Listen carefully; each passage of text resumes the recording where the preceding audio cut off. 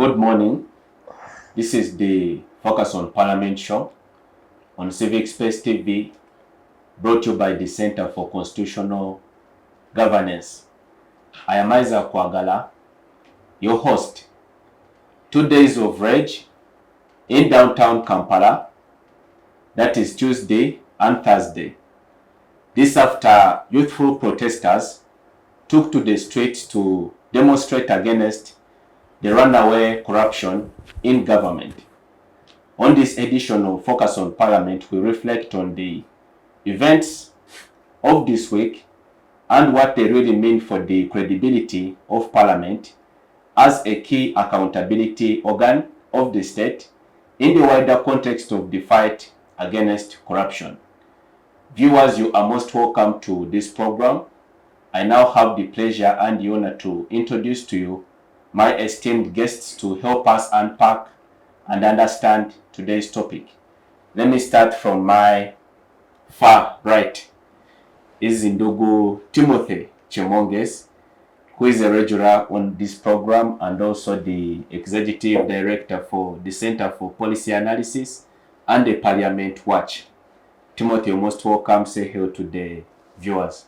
Thank you so much, Isaac. Good morning to our viewers. I'm glad to be here again to give a spotlight on these critical matters, but also appreciating that we are at a very critical point in our country where we must call out what needs to be called out and really speak truth to what needs to be spoken and clear the way.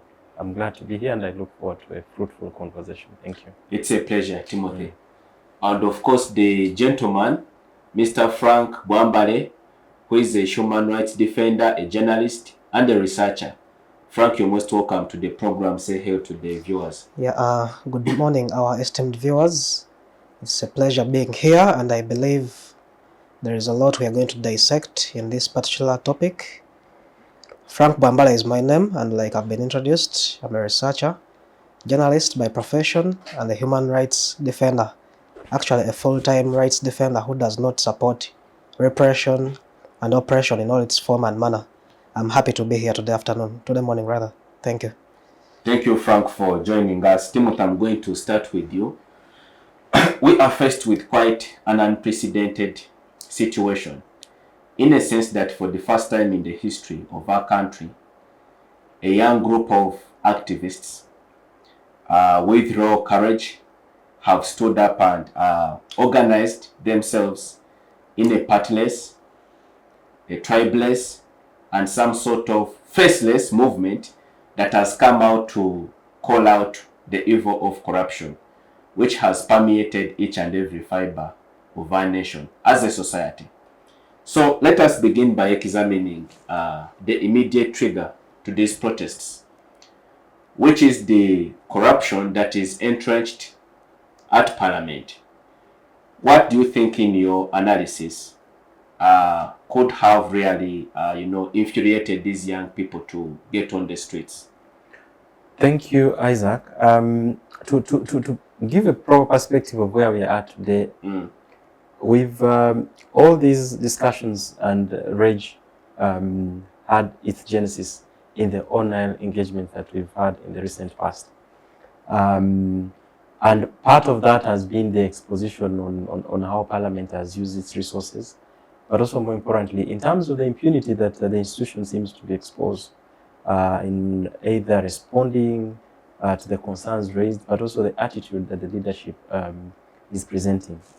And so we came from a point where there was an exhibition on the different groups or sections of the society. We had an exhibition on the health sector, roads, and then we finally found ourselves in Parliament, where the grand and the cream of corruption seems to have settled.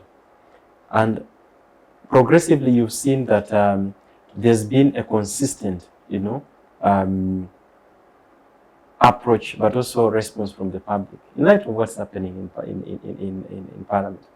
But also more importantly, I think it is on the silence of Parliament on some of these matters. There are matters, again, I agree that could require proper explanation on what is happening. On whether it is right or wrong, that's something else. But there is need for response. There is need for Parliament to come out very clearly to provide a clear explanation of many of these things. But again, I think the reason as to why we see silence, it could only lead us to two directions. Is either what is being said is so true that may not have a proper response. Alternatively, is that the impunity within the institution of Parliament, and specifically at the leadership, in light of the concerns that the Ugandans are raising, are either washed down the drain, but also more important, it seems the attitude that those that are in leadership, and that's specifically the Speaker herself and the Deputy Speaker, who should actually come out. Because again, at the end of the day, these institutions are put there to serve the Ugandans, and they exercise a delegated responsibility from the Ugandans, again, who have the right to withdraw this mandate that has been granted to them. And so you get to realize that that there's a strong impunity that has since entrenched itself within the institution. And there's been an argument around why would you put a lot of your focus on an institution such as Parliament, which is receiving an average of, let's say, a trillion, close to a trillion. In a single financial year. Yet you have almost the other, in this financial year, which almost goes to around 72, when you have the rest of the resources going to the other ministries and local governments. The reason is very critical, and this being a Parliament-focused show, is because the responsibilities that Parliament is charged with under the Constitution are so critical that they oversee and ensure that all the resources that are given to the other entities are, first of all, utilized well, but also they can demand for value of money. Two, it is the institution that distributes these resources, or they are gatekeepers within our Constitution. And so they exercise a significant amount of influence on how some of these things. Unfortunately, they've exposed themselves to the executive, and now the executive seems to be, driving them on the direction that the executive, and that's specifically the president, who is the substantive Minister of Finance. Yes, they've exposed themselves to the presidency, and the presidency seems to exercise all the functions that they should be exercising. And so they find themselves, first of all, in a very vulnerable state, which shouldn't be. And two, is also more importantly that they fail to exercise the oversight mandate, which they should be exercising. The question of appropriation, we've seen institutions, and looking at the Auditor General's report, for example, it highlights quite a number of shortfalls in how these ministries, utilize resources. The IGG has presented the report, and as required by the Constitution, these reports have been presented to the Speaker. They've been presented to the committees. Committees have come out with very glaring findings of most of these investigations presented to Parliament. And what does Parliament do? It goes ahead and appropriates money to some of these institutions. Two is that despite the call by government that the country is facing a financial crisis, we have challenges to do with the amount of resources that we can mobilize locally and those that we can get from outside, and we must be able to be frugal, exercise austerity measures to ensure that we have service delivery to the people. What do we see? We see extravagance, We see the attitude that the leaders are presenting to the populace coming out very glaring. Unfortunately, you've seen recently the Speaker went to, was it Luengo? In the constituency of Namuju Sisi. Yes. And coming out very clearly to state that to the extent that the public or the constituents can benefit from the produce of these resources that either have been gotten illicitly, the public should not worry. It's a grandstanding, of even amidst the challenges and the calling that the public is raising concern, and you still go to the respective constituents to raise. So I think that where we find ourselves today is must be looked at, first of all, from the issue perspective, which is the current problem, which is corruption.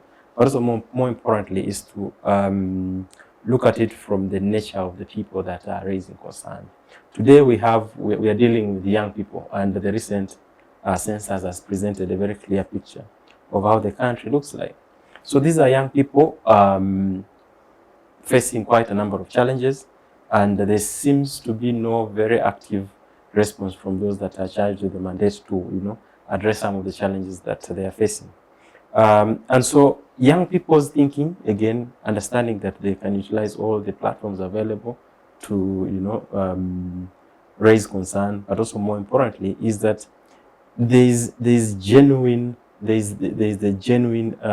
concern from the young people that we can't do business as usual. You've recently seen the president, was it yesterday or the other day, providing a response in light of how the police handled the protests on earlier in the week, and it seems to suggest that the police did a good job to do away with the protests that seems to be pushing an interest of an external force.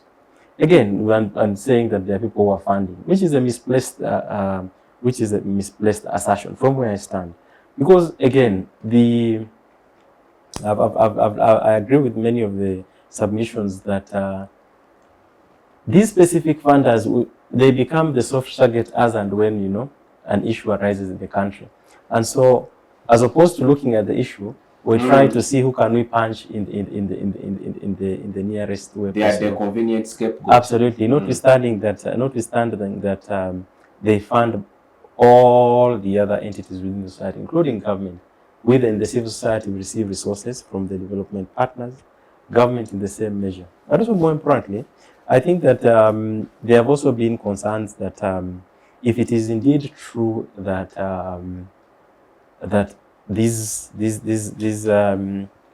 protests are either financed from outside, why don't we see these reflect in the nature of charges that the young people who have been arrested be reflecting on the charges? Again, we see the nature of the charges being, and also more importantly, I think that you said the evidence would come out in court. Absolutely. Yeah. I mean, because if you understand the law very well, you can't bring the evidence of money laundering to a charge of say violence.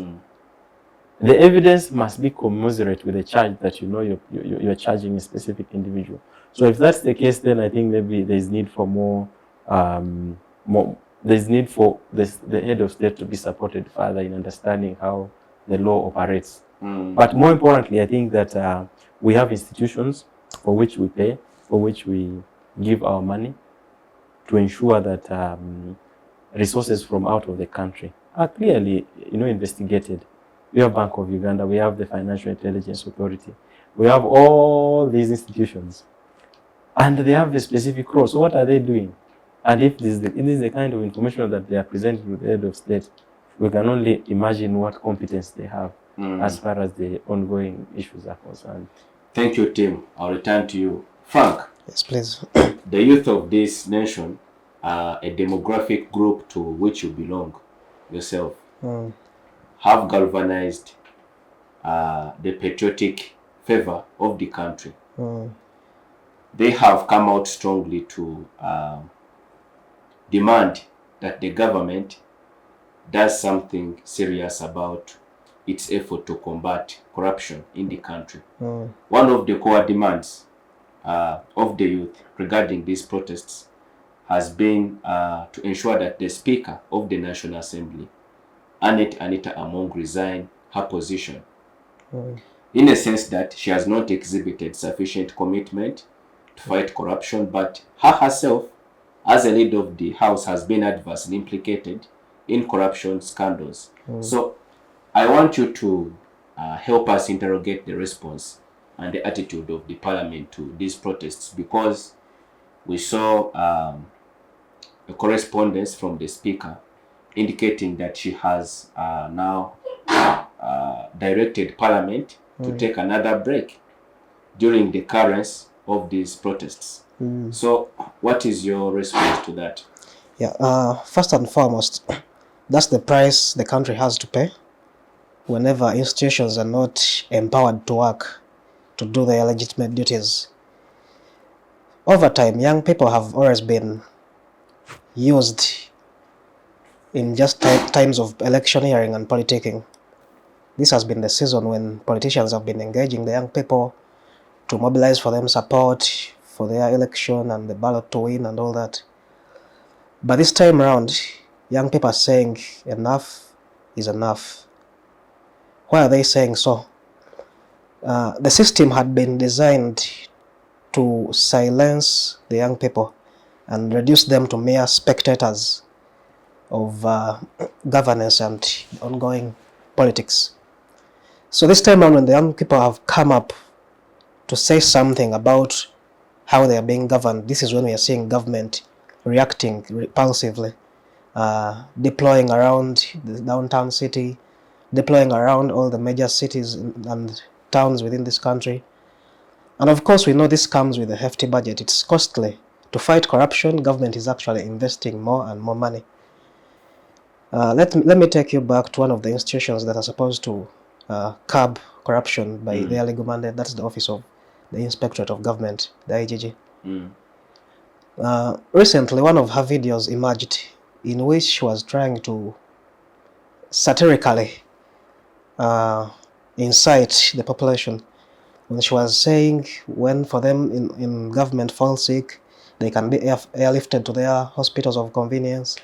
When they cruise their vehicles on the potholed roads, their shock absorbers are strong enough not to feel the impact.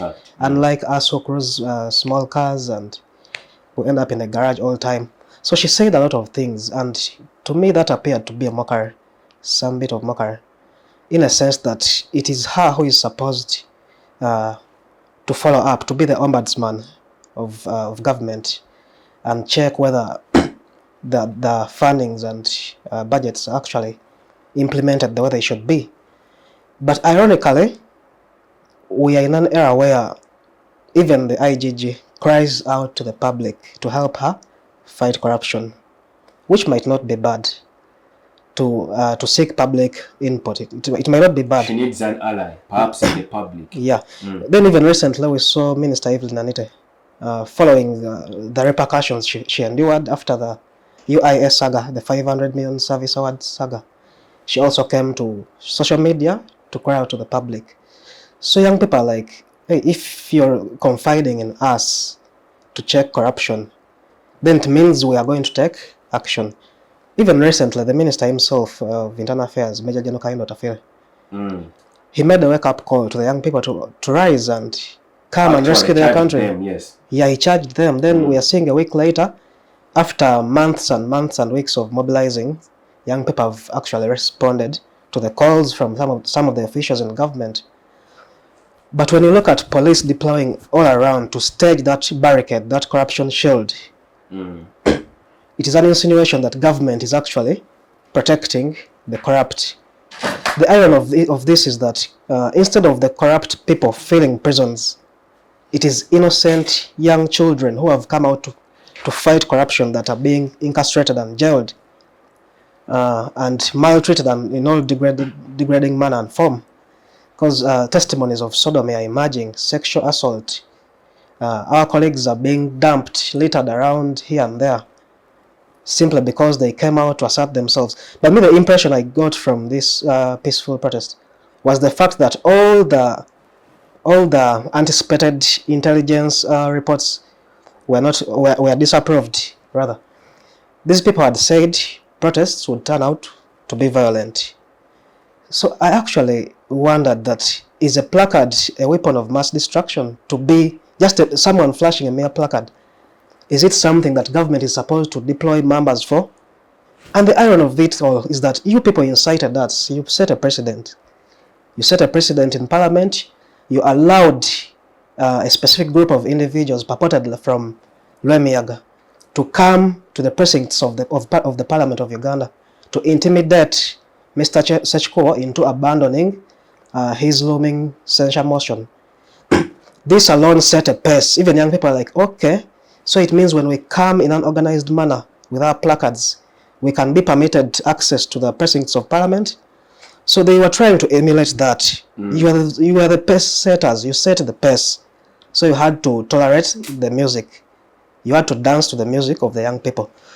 But looking at these exhibitions, like my colleague has given a preamble, because that is the genesis of it all.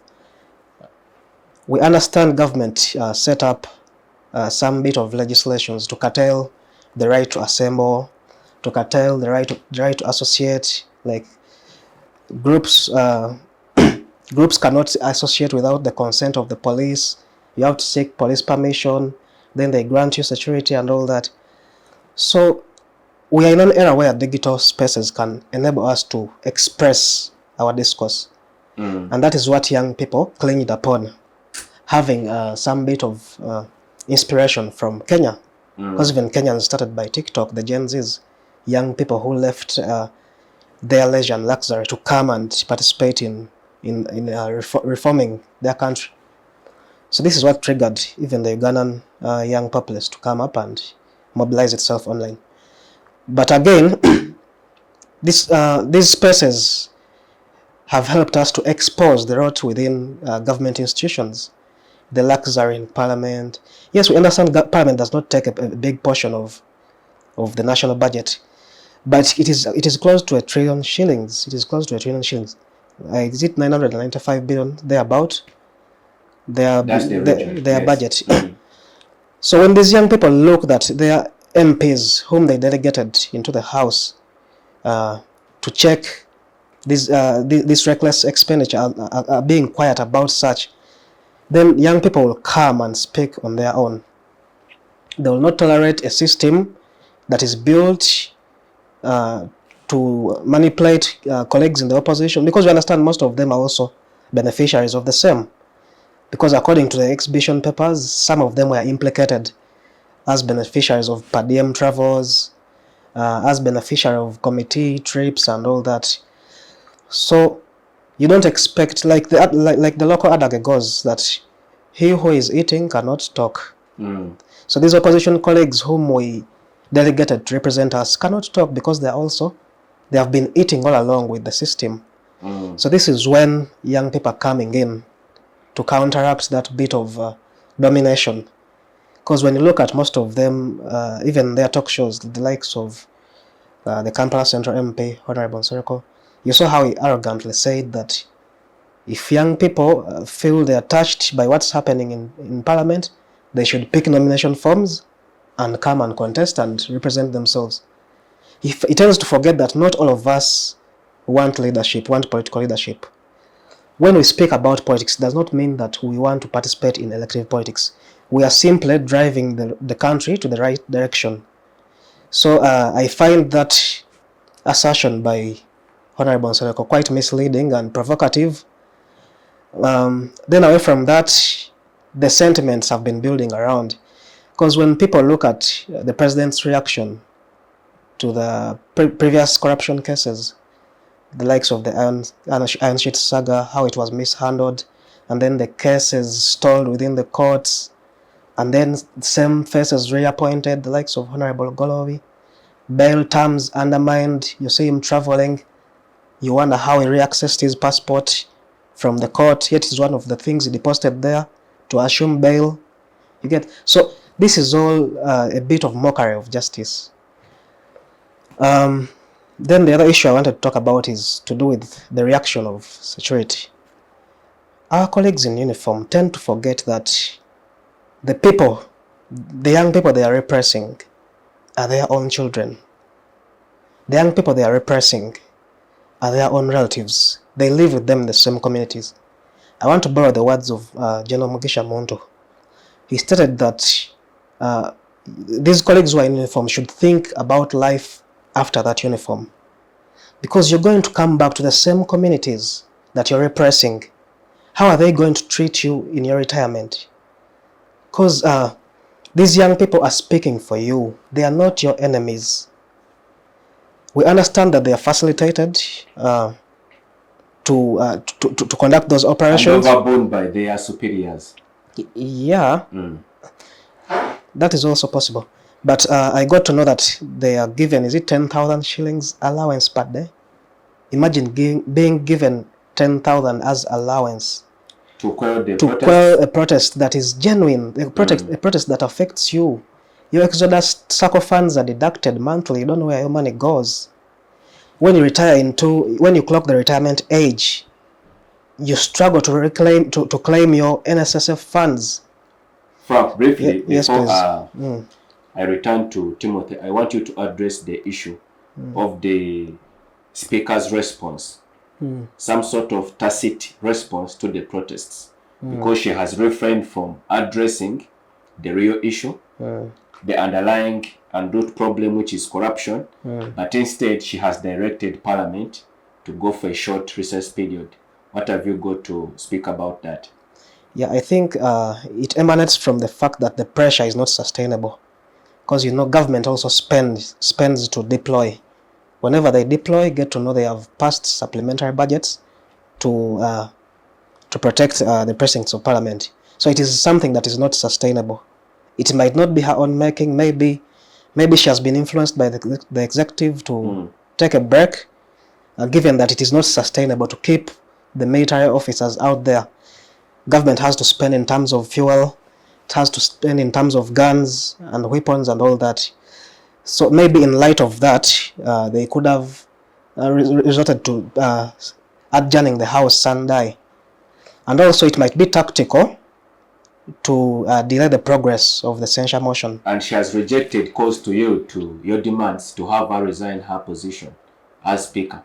Obviously, from what she has seen, she's seemingly having the backing of the executive, because you saw the president's statement openly saying the peaceful protesters have foreign backing, which is not even true. It is just petty rhetoric, because you do not need to pay me for me to see a pothole in my road.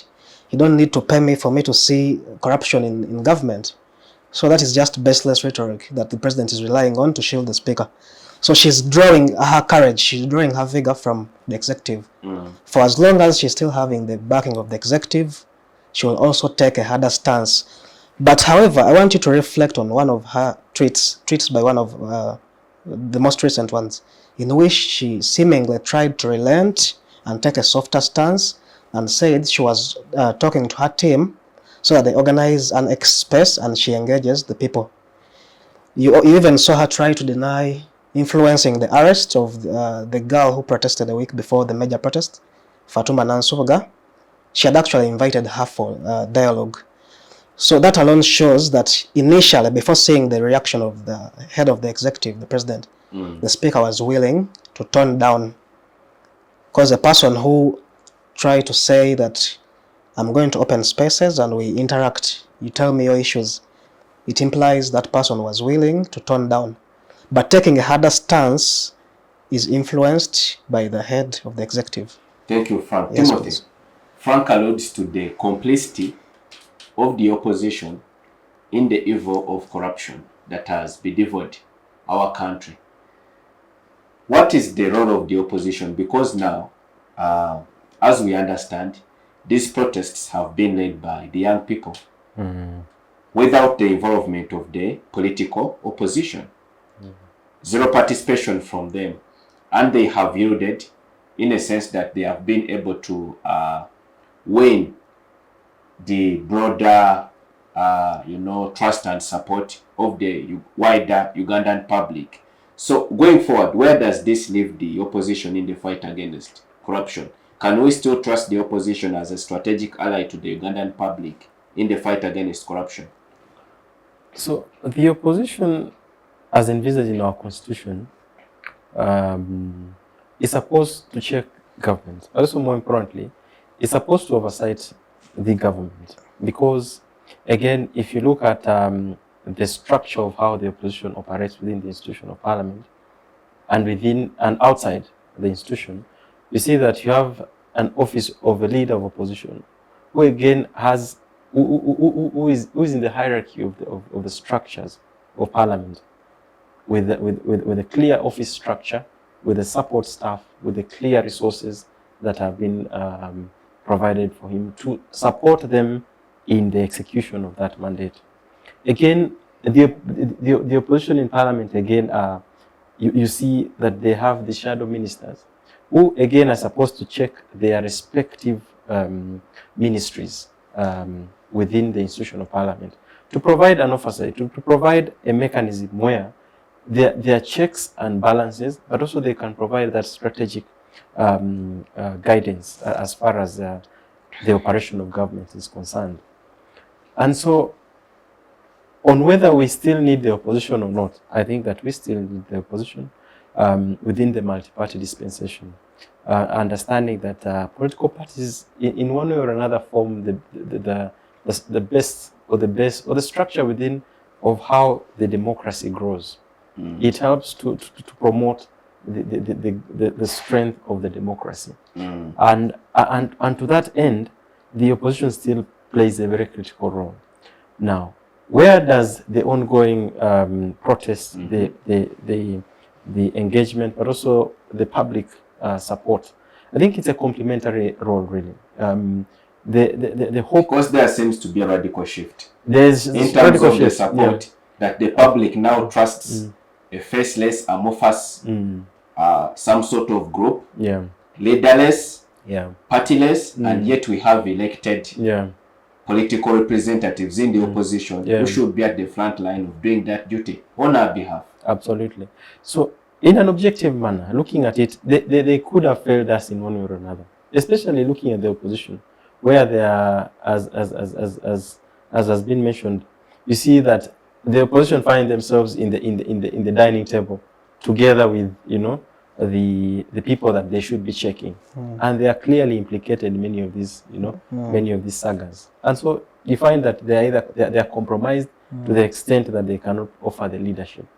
But again, you have genuine voices within the opposition, but also within parliament, such as those who are raising very critical. In the recent week, we've seen a section of members of parliament raising very critical points as far as the ongoing things in the country is concerned. And so those voices are necessary, those voices are critical, and we need them in this journey. Now, where the young people find themselves again, it's a critical position. And I think that we need a bigger mass of the public to join in this, you know, just because we have the public, the public raising and rising against some of these unfortunate incidents. It could be a vote of no confidence to the opposition or any other institution that are supposed to, you know, check the government, but it doesn't nullify their role. It only means that we are now here together, despite the fact that we delegated this mandate to you. We are going to hold, including yourself, on this mandate. And it's a more sustainable way where you have the public coming on board, but also public appreciating most of these things. We have close to the number of opposition members. There are not so many, those in the opposition. So in terms, they can be compromised, which is a fact, and they have been compromised in the past. And so you need a bigger number of people who can complement this role. So that then, despite the fact that there is already an oversight structure within parliament, you have the public coming on board to offer that pressure that is very critical. The young people, where again they find themselves, I think this is a force that we may never go back. Checking and maybe juxtaposing with what's happening within the region and Africa at large, you see Kenya has equally picked up the momentum and demanding for, you know, good governance, accountability, and transparency on how the government is operating, which is a good thing. We've seen others have gone, you know, in the extreme in the Arab Spring. The young people, largely in Africa, you see that the young people and the population seems to be predominantly young. And so you expect that their attitude, their approach, their way of looking at things is fairly different. And the biggest challenge we are facing is that the nature of the people in the leadership seems not to understand even what's happening. And they seem to imagine, how can these young people rise up to demand for accountability? And the outright approach, which we see, and across the board, including Kenya here, where we see almost 60 people have lost lives. It's the approach of how this comes again. And I think that governments have to be extremely open, have to appreciate that where we are at today is not the same as, how we were dealing with Kizza Besigye. This is a crop of young people who actually are very good-willed, notwithstanding the young people are being accused of being used by the foreign. They are at the bottom line, despite the interests that different individuals may have. You see that there's genuine need for good governance. There's genuine interest in having the country run and take the right direction. Despite that, there could be undertone, and this could be selfish interest really among maybe the leaders, but looking at the young people, the issues that they are raising, the concerns that they are presenting to the fore, they are valid concerns. And so the state, the government, those that are charged with these responsibilities must be open-minded, must appreciate that these boat has sailed, and we must see how to address the issues that are being raised, bring everyone on the table to discuss.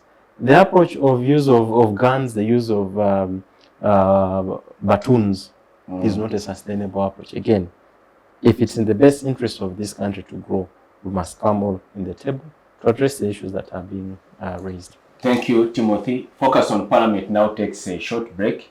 When we return, we continue the discussion on the implications of the protests, especially in the wider context of the fight against corruption. Digital rights are those human rights and legal rights that allow individuals to access, use, create and publish digital media or to access and use computers, other electronic devices and telecommunication networks. Digital rights include a right to freedom of expression, information and communication through technology, a right to privacy and data protection, a right to credit for personal works, a right to universal and equal digital access, a right to identity, a right to anonymity, a right to be forgotten, and a right for protection of minors, among others. The state's digital rights are frequently violated through various unfair actions, for example, blockage of websites and social networks, theft of credentials, unauthorized use of people's data for personal gain, privacy intrusion, online censorship, arrests and intimidation of online users, internet blockages, and the proliferation of laws and regulations that undermine the potential of technology to drive social, economic, and political development worldwide. It is hence every citizen's responsibility to respect rights of other digital users and to speak out or report to the responsible parties when one's rights are violated. You're watching Focus on Parliament on Civic Space TV. In this segment, we continue to interrogate the credibility of Parliament in the wake of the youth-led anti-corruption protests in the country. Frank. Yes, please. Let us now examine the response of the president regarding the protests. Yesterday, he came out to release a statement indicating a few crucial things. Number one, he appreciated the role of the security agencies in querying the protests. Secondly, and rather emphatically, he attributes the protests to the efforts of the imperialists and other unspecified individuals who he says have an interest in destabilizing the country. And as such, they have co-opted and enlisted the naive young people to help them in facilitating that agenda. Then thirdly, he seems to suggest that he is also a strategic ally in the fight against corruption. And therefore, he's standing in solidarity with the Ugandan public, but he simply does not agree with the method that the young people are employing. So to say, he seems to want to dictate how they should respond and also organize to fight corruption. So from your point of view as a citizen, as a young person, what have you got to say about that? What is your judgment of that statement? Does it feed into what you're trying to do, to call out corruption? Actually, that statement is a mockery. It's far detached from reality. You talked about him appreciating security for doing the work to his expectations. But he qualified it by saying they avoided a bloodbath. They avoided a bloodbath. Yet some of them were filmed dragging protesters. Just yesterday, one was filmed, a male officer, dragging Nana Mwafrika on tarmac. A lady who is just armed with a placard. And the president calls that a good treatment of citizens, really? We have cases of some of young people coming to courts of judicature to stand surety for their colleagues, and they are abducted right within the precincts of court. And the president says that's how securities should be doing things, really? Undermining court, abducting a surety. For the case of former Makerere Guild president, he was unpicked from Buganda Road Court. The day after the protests, he had come to stand surety for some of the people, some of the colleagues who were jailed. We have a matter of Fatuma Nansovoga and 2 other people. They were picked yesterday right at the precincts of the LDC court. They had also come to observe proceedings and stand surety for their colleagues. And that's the nature of security the president is appreciating. Then there is another critical line in his statement where he said, he's very good at his diction. He doesn't use his literature anyhow. He said he appreciated security forces for not joining. Yes. I expected you to also pick up on that line. Meaning he also knows that these people can be incited to join the masses. He knows they are victims of corruption.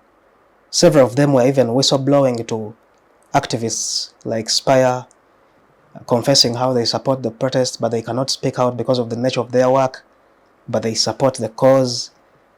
Yeah, we appreciate that they support the cause, but however, I think mere spectating in this cause, a liberational cause, is just utter, I don't even want to say it on air. It's utter hypocrisy. Yeah, hypocrisy is the right word to use.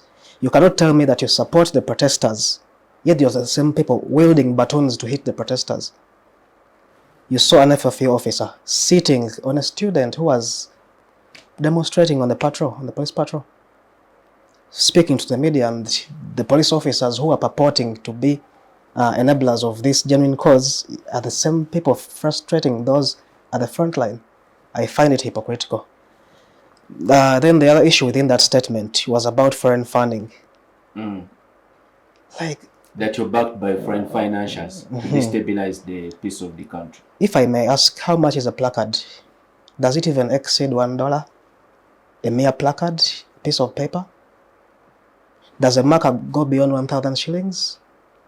Can't a young person afford to get a paper and write there his message? Does it require foreign funding? Actually, in my case, it is him who is even foreign funded, because running that security apparatus requires external funding.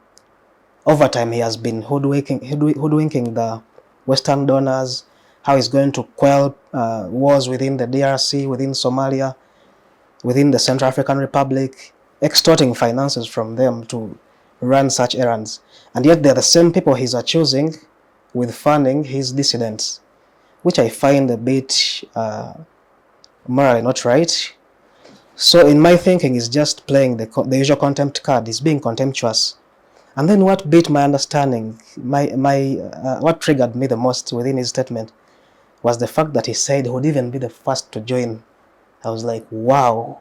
A genuine protest. The president being an activist. How can a Yes. president be an activist in his own government? Yet by the constitution is empowered to invoke certain clauses to get rid of the corrupt. We've seen presidents like Kagame in neighboring Rwanda invoking his powers and suspending a cabinet member for indulging in corruption. But why should the president first march? It triggered my mind. You can't be an activist in your own government. It makes no sense. Why should the president work for corruption? Yet he has all facilities at his disposal, all legal entities at his disposal to deal with the corrupt. That alone reflects back to the other screaming headline that the Monitor ran some time back, where the former IGG, Honorable Mliagonja Irene, the justice, said the corrupt hide behind State House. You remember that headline? So if he also has to first march with peaceful protesters, then it means he has cast a vote of no confidence within his government. He has cast a vote of no confidence within his institution, because the president is not supposed to be an activist in his own government. It makes no sense at all. And then him dealing with using the iron fist to quell peaceful protesters, it's like getting a hammer to hit a mosquito. That force was really extreme. It was not called for. And I also want to appeal to the judiciary, because this institution has been reduced to a mere enabler of oppression. They are not dispensing the justice they are supposed to be dispelling to the public. Because you cannot tell me that a fully-fledged judiciary cannot find the appropriate charges, and even the office of the DPP goes ahead to sanction such files of particular charges that were even nullified by the Constitutional Court, such as idle and disorderly, something like that. Common nuisance. Yeah, common nuisance. And even as we speak, some of the files have been recalled according to news sources of the Monitor, that the DPP has recalled the files. This comes a day after the president's statement, because in his statement he had also carefully, he's a careful man. Whenever he's writing his statements, he's careful. He had carefully talked about that particular manner, that maybe the intelligence did not get the actual charges to slap on the peaceful protesters. And he said the evidence would be presented in the courts of law. And then we see a day after that particular statement, the DPP's Honorable Jen Francis Abodo is calling back the files to her office. Then just know something is being cooked. They are trumping. They're coming up with trumped charges. This alone shows you how the judiciary is in captive. I've been writing about the judiciary several times. Even last weekend, I wrote a protest article as a guest writer in the Monitor, talking about how they have made activism costly, because imposing a bail fee of 1 million shilling on a peaceful protester is uncalled for. Because even upon conviction, that's not the amount that can be slapped on such an offender upon conviction rather. So therefore, the judicial officers need to dispense justice with common sense. You cannot tell me you are sitting within that honorable court and you sanction a file of a surety who has been abducted from your court precincts, and you sanction that file. Footages are there, the person is being abducted, like Masaru Karabat, former guild president of Makara, being abducted from Bogana Road Court, and again they bring him back to the same court of view, and you go ahead to really charge such a person who has undergone humiliation during arrest. So I really think some of these guys in the judiciary need to be fair while dispensing justice. You cannot slap bail terms of 1 million shillings. You cannot slap bail terms of 500,000 shillings from someone you found in a hotel, a Rihanna hotel in Tinda. People were just organizing themselves to address the media. Has that also become a crime to speak about corruption? It is only here that they are institutionalizing. Instead of punishing the corrupt, remember the president promised that by the time this fight against corruption is over, Luzira is going to be filled with the corrupt. But we are seeing vice versa. We are seeing people who are opposed to corruption being wrongfully persecuted using the same courts of judicature. So I think this is very unfair. The statement is detached from reality. He's talking about things which happened 600 years ago. He's dealing with majority of us who were born after he had captured power. We are not interested in what's happened in the Bush War. We're interested in service delivery, things we are seeing today. We're interested in addressing the employment question, the unemployment question, because majority of us are graduates with no sensible form of employment. You saw young people marching within their gowns. That alone sends a signal that we have majority of young people who qualify.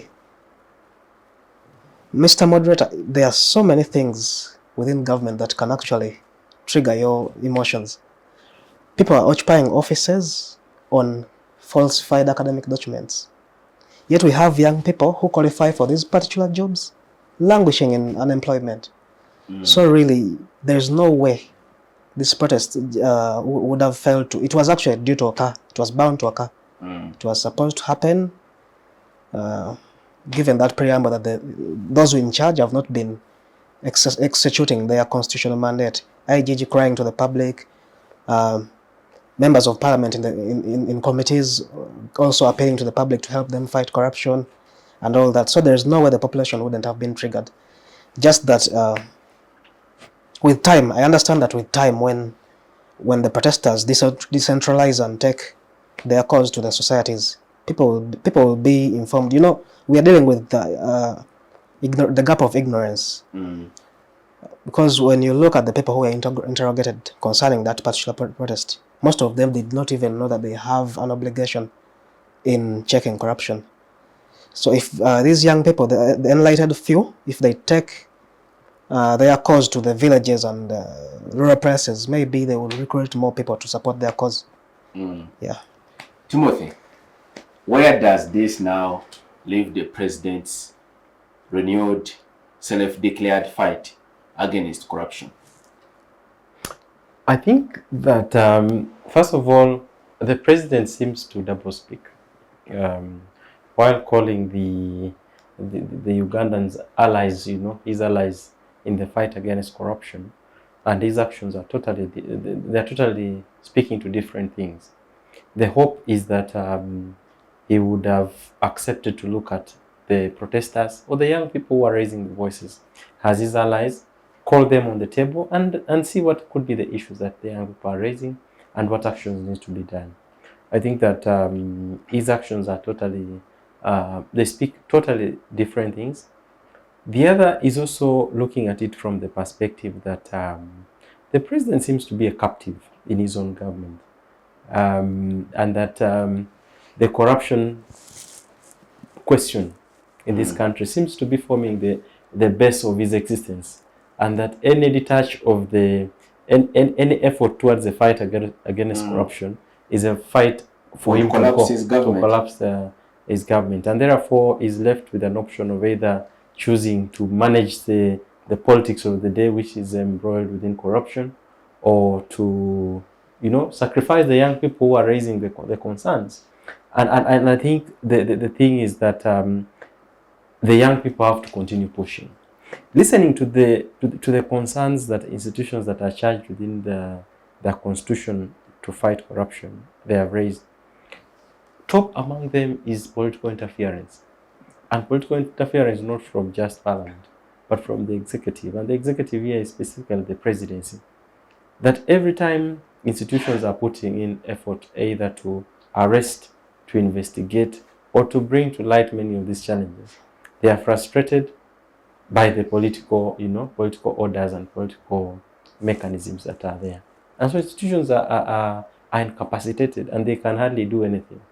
Institutions such as the IGG, you've seen what the IGG has come out raising concerns. Every time she's raising concern around the lifestyle audit, you've seen the remarks she's had to receive, encouraging her not to overstep in that area. You've seen concerns from the Parliament of Uganda, which is actually at the fore, which should be in the fore against the fight corruption. That while they are charged with the mandate of the fight against corruption, they are embroiled in the same mess. And so, do they have a moral authority to take the same direction? I think it's a place that we find ourselves in a mix of so many things, and therefore you find that the safest bet in this whole equation are the citizens. It is the safest bet to the extent that they can be able to push and demand for accountability, right from the national level to the lower levels of the society. Two is on the question of today, and the truth is that this activism seems not to be just in the physical space. It's in the digital spaces, and the digital spaces cannot be stopped, And so I think that the attitude of the leadership must be a thing for us to focus on, call them out, and demand that they must look at this as a fight for the good governance of this country, for the right approach. The unfortunate bit, again, as I've mentioned, is that the state or the superstructure of the current system seems to be founded with quite unfortunate practices, including corruption. including abuses of human rights, as has been mentioned. The question of respect, the question of transparency seems to be embroiled in there. And it seems to be a thing that we may not be able to realize in the near future. And so what becomes the solution? I think the citizens should be able to take back the power. The power should go back to the citizenry. The leaders that we elect in one way or another, and if what we are seeing today is the factor to assess, they have failed us. They have failed to represent the interests of the citizens. They have failed to ensure that services go back to the citizens.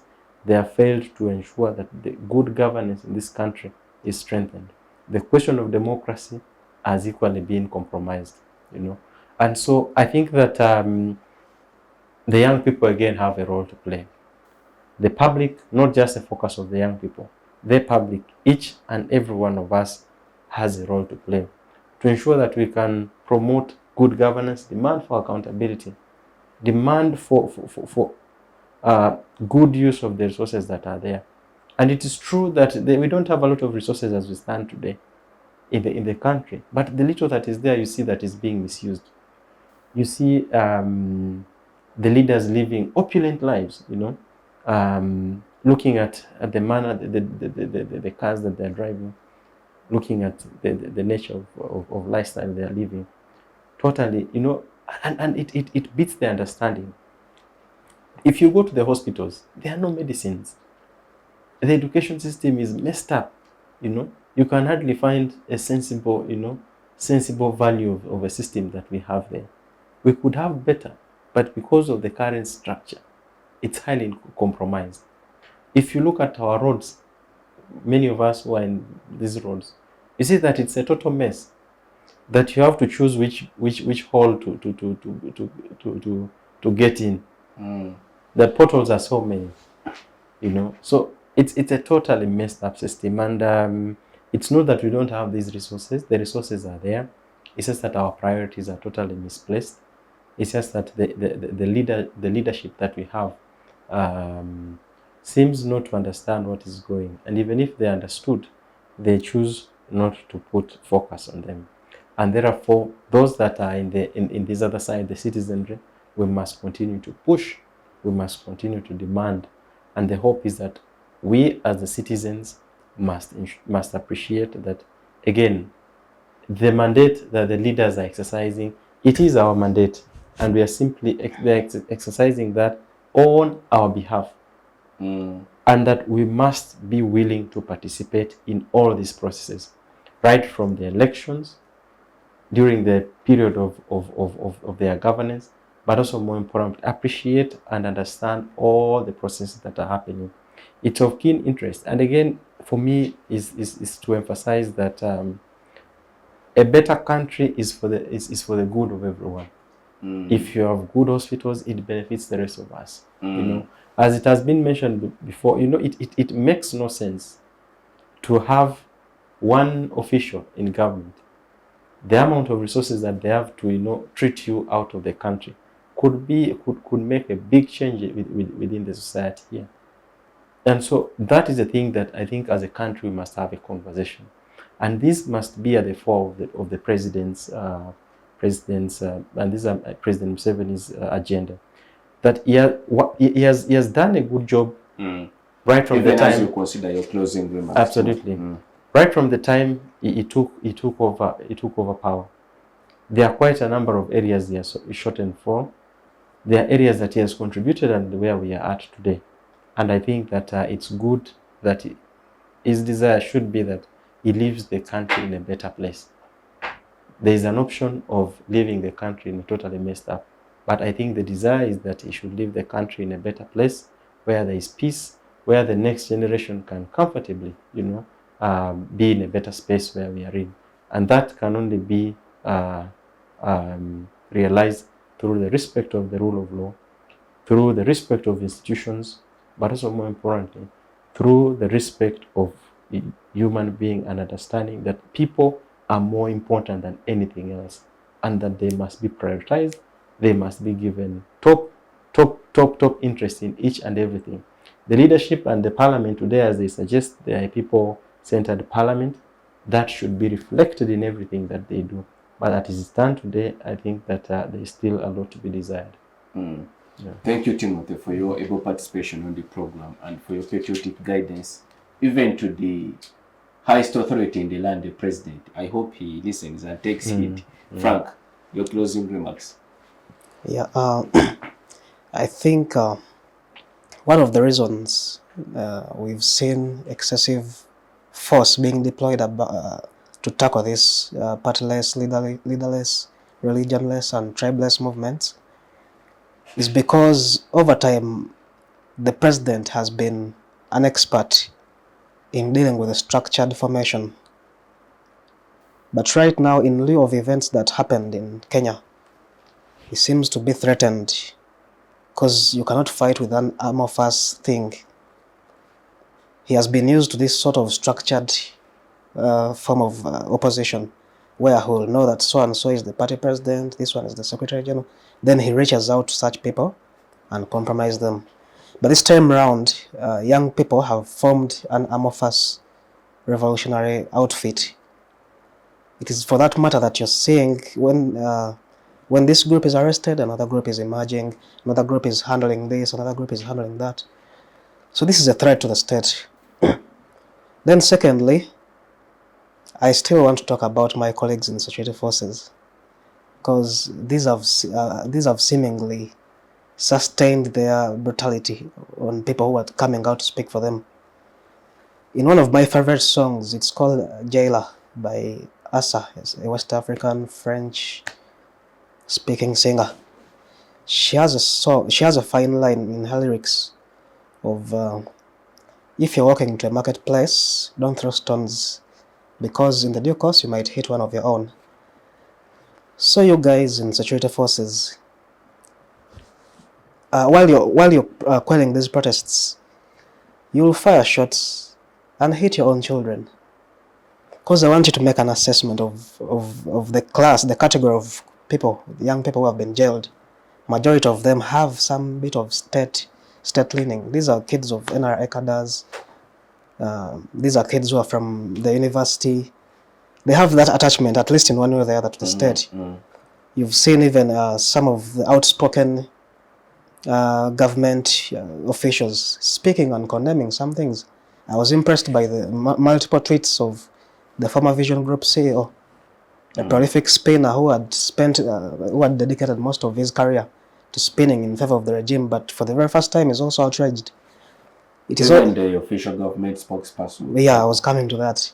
He impressed me. He dissented on the president's most recent statement. So this alone shows you that we are not alone. We are not alone in this cause. Those who are sober enough will back these young people, and the movement will remain amorphous. So the state has been trying to penetrate. You know, an amorphous force is impenetrable. They wanted to first make this a no-planning thing, raided the party head offices on Monday, arrested MPs thinking it will be silenced. The thing proceeded as planned. They arrested the initial group of Tuesday, another group emerged on Thursday. So, but the bigger question is, I want government to look at the bigger picture. How many people are you going to arrest? Do you have enough space in prisons to arrest the thousands of unemployed graduates? The answer is no. So you deal with the issues, don't deal with individuals. Leave the young people to express themselves, because actually that is the most effective means they can do. A silent population is a lethal one. If these young people are not given that chance to express themselves, maybe they can take other measures which are unconstitutional. So it is better you tone down a bit, give them audience and address their issues. I thank you for God and my country. Thank you, Frank, for your able participation on the program. Once again, we appreciate our esteemed viewers for keeping us company from the start up to the conclusion of this program. Much appreciation to the production unit for keeping us live on air. To our viewership, please engage us on our various social media platforms. We are on X, we are on Facebook, we are on YouTube, where you can subscribe and watch this recording.